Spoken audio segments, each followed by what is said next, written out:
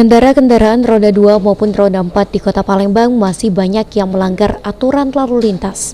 Terbukti dari surat tilang yang dikeluarkan anggota Lantas Polrestabes Palembang dalam seharinya mengeluarkan 100 surat tilang kepada pengendara yang melanggar. Menurut keterangan Kasat Lantas Polrestabes Palembang Kompol Irwan Andeta, rata-rata pengendara yang melanggar aturan lalu lintas baik roda 2 maupun roda 4 dominan melawan arus, menerobos lampu merah dan tidak menggunakan helm, serta menggunakan knalpot brong. Hal ini menjadi PR bagi Kasat Lantas untuk meningkatkan kesadaran pengendara agar mematuhi peraturan lalu lintas. Jika pelanggar masih banyak seperti ini, tentu tingkat kecelakaan lebih tinggi. Kasat Lantas juga akan membentuk tim khusus untuk melakukan penertiban di ruas-ruas jalan pinggiran Kota Palembang agar pengendara taat aturan.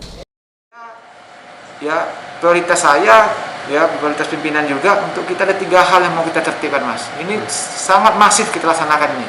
Ya. Pertama, tidak menggunakan helm. Setiap hari saya memberikan penindakan baik tilang dan teguran itu di atas 100 tilang, Mas, setiap hari di Palembang ini.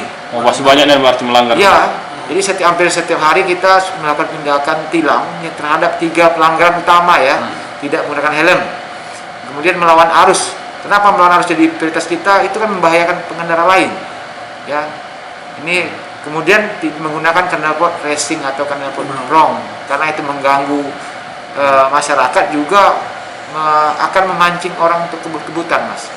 Ya, karena dengan knalpot racing, ya blayer sehingga kebut-kebutan jalan, itu yang kita antisipasi. Nah, bagaimana Pak untuk mengantisipasinya? Kami terjunkan tim, saya buat tim khusus, ya, UKL namanya, unit kerja lengkap, baik Lantas Polrestabes Palembang dibantu juga dari Direktorat Lalu Lintas. Kita akan menertibkan ruas-ruas jalan. Dalam setahun terakhir, Satlantas Polrestabes Palembang kurang lebih mengeluarkan tilang kepada pengendara yang melanggar aturan di wilayah hukum Palembang sebanyak 35.000 surat tilang. Irawan, Paul TV.